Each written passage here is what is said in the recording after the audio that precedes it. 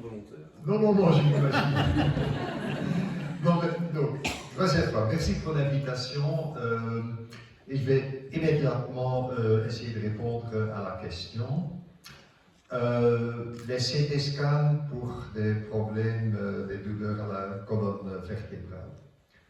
Je ne vais pas m'épuiser dans des chiffres, mais il est clair qu'il y a une surproduction, surconsommation, qu'il y a une vraie exagération dans notre pays en ce qui concerne l'usage du CT scan pour des problèmes de la colonne vertébrale. C'est absolument clair. Il n'y a aucun doute que c'est beaucoup trop prescrit. Beaucoup trop. Est-ce un problème purement budgétaire? Non. C'est même un problème de santé.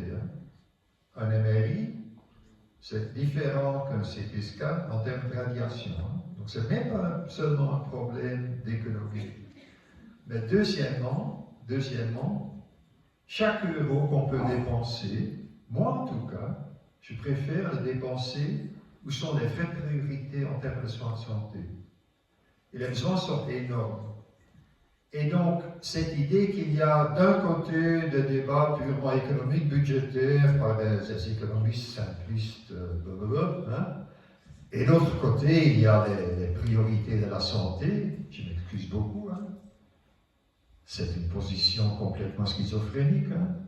Dépenser un euro là où il ne faut pas le dépenser, ce n'est pas pouvoir le dépenser là où il est nécessaire, là où il y a vraiment les besoins et les priorités. Et donc le CT scan est un exemple type, c'est un exemple type. Moi je préfère dépenser l'argent ailleurs. Bon. Deux, on exagère énormément. Qu'est-ce qu'on peut faire? Des procédures fort compliquées avec des permis qui doivent être donnés par les mutuelles, etc. Les rendre beaucoup plus chers pour les patients. Ou peut-être réfléchir sur quel est le contexte dans lequel un CT scan de la colonne vertébrale est vraiment nécessaire. Quel est ce contexte? Où est normalement le patient pour qui c'est nécessaire? Est-ce qu'il se trouve tranquillement dans un cabinet d'un médecin?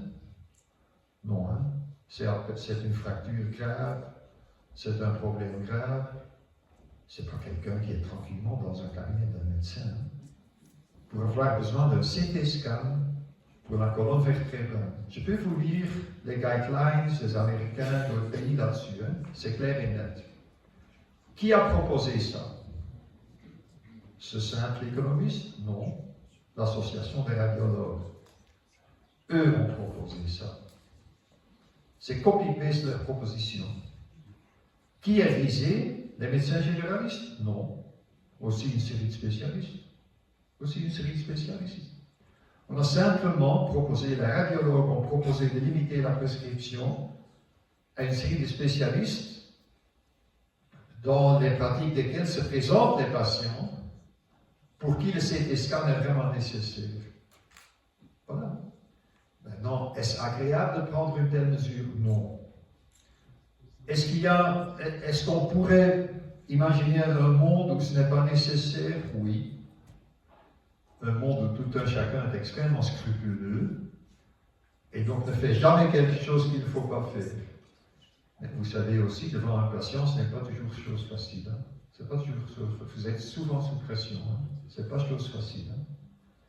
Et donc, délimiter l'application d'un examen et dire que la possibilité de prescrire cet examen, c'est dans des contextes prescrits qui, généralement, ne se trouvent pas dans le cabinet d'un médecin généraliste avec un patient qui se situe tranquillement là-bas. Je crois que ce n'est pas une mauvaise idée des radiologues, c'est pas une mauvaise idée des radiologues. Et donc, ce n'est pas seulement les médecins généralistes qui sont visés. Il y a toute une série de spécialistes qui peuvent aussi être tout à fait insultés, je ne sais pas quoi. Mais donc, je dis ça pas pour dire que c'est parfait comme mesure, je ne dis pas pour dire que c'est simple, mais il y a une chose qui est claire. On investit énormément en soins de santé. Énormément. En 2026, le budget augmente d'1,5 milliard. Plus 1,5 milliard. Et moi, je veux investir en soins de santé. Mais simplement ouvrir les vannes et laisser l'eau couler. Non, hein? Non. Merci. On va utiliser l'argent où sont les vraies priorités. Voilà tout l'enjeu. Merci, Monsieur le Ministre.